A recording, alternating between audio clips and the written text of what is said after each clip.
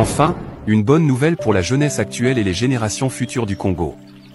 Le monde entier va finalement découvrir la vérité des urnes de 2018 en RDC, notamment le grand mensonge qu'ont volontairement véhiculé certains évêques de la conférence épiscopale du Congo, la SYNCO en sigle, et les médias internationaux, dans le seul objectif, celui de salir l'image et la réputation du nouveau président de la République démocratique du Congo, Félix-Antoine Tshisekedi Tshilombo.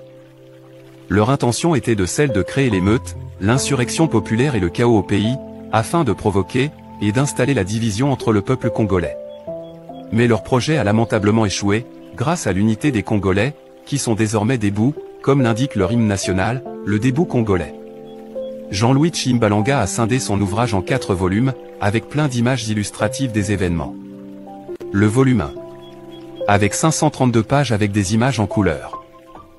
Il résume la période allant de l'indépendance du Congo en 1960, en passant par le coup d'état militaire de 1965 par le président Mobutu. Il présente le manifeste de l'Anselé et le mouvement populaire de la révolution parti-État. Il parle de la lettre des 13 parlementaires et la création de l'UDPS en 1982 et de la chute du maréchal Mobutu en 1997 à l'entrée de l'Alliance de forces démocratiques pour la libération du Congo, AFDEL en sigle. Avec Mouzé Laurent Désiré Kabila et sa mort en 2011. Joseph Kabila placé président de la République à la même année, les tractations de San City en Afrique du Sud ainsi que les différents accords, le phénomène de 1+4 vice-présidents de la République, la nouvelle constitution de l'État, l'élection de 2006, et l'élection présidentielle de 2011 et sa campagne électorale, sans oublier des événements culturels, artistiques et sportifs, qui ont couvert toute cette période allant de 1960 à 2011. Le volume 2. Avec 550 pages et des images en couleur. L'auteur récapitule des événements importants de la RDC, allant de la période du roi Léopold II, avec les images des différentes monnaies utilisées jusqu'à nos jours. Il retrace la synthèse chronologique des événements historiques du Congo au Zaïre, de l'exode massif des Rwandais depuis 1959 en RDC, il présente l'ordonnance loi numéro 71 du 26 mars 1971 de Mobutu, donnant l'acquisition de la nationalité congolaise aux originaires du Rwanda et Burundi se trouvant au Kivu. L'auteur rend hommage à quelques personnalités scientifiques congolaises, telles que Madame Sophie Madeleine Liao Kanza, le professeur Félix Malou Akaleanga, l'écrivain Zamienga Batukezanga, le professeur Anissé Mobé, le professeur Isidore Ndayiwel, le professeur Elikiam Bokolo, Monseigneur Tarsis Tshibangou, Maître Alfred Liolo. Il décrit l'infiltration des institutions de la RDC, et présente les accords signés en 2009 et en 2013 qui ont créé le M23.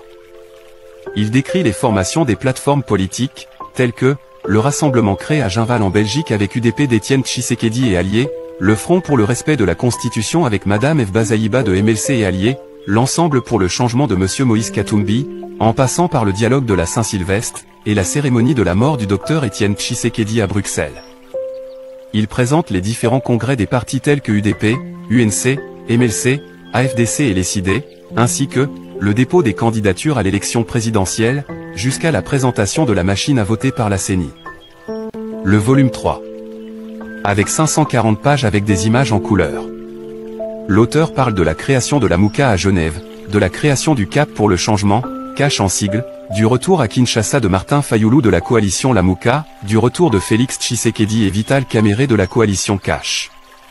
Il présente les images des campagnes électorales d'Emmanuel Shadari, de Félix Tshisekedi et de Martin Fayoulou, en passant par le vote, et terminé par la proclamation des résultats provisoires par la CENI. Enfin, le volume 4 est fin. Avec 850 pages. Jean-Louis Tshimbalanga sous-titre, Félix Tshisekedi élu président de la République démocratique du Congo.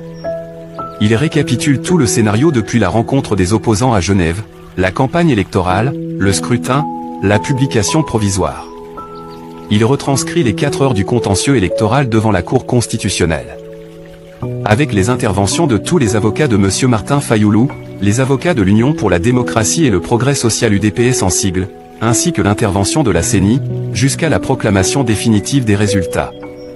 L'auteur apporte ici la différence entre la conférence épiscopale du Congo et l'Église catholique romaine. Il démontre le mauvais rôle qu'ont joué la SYNCO et les médias internationaux pour créer et installer le chaos et la division des Congolais.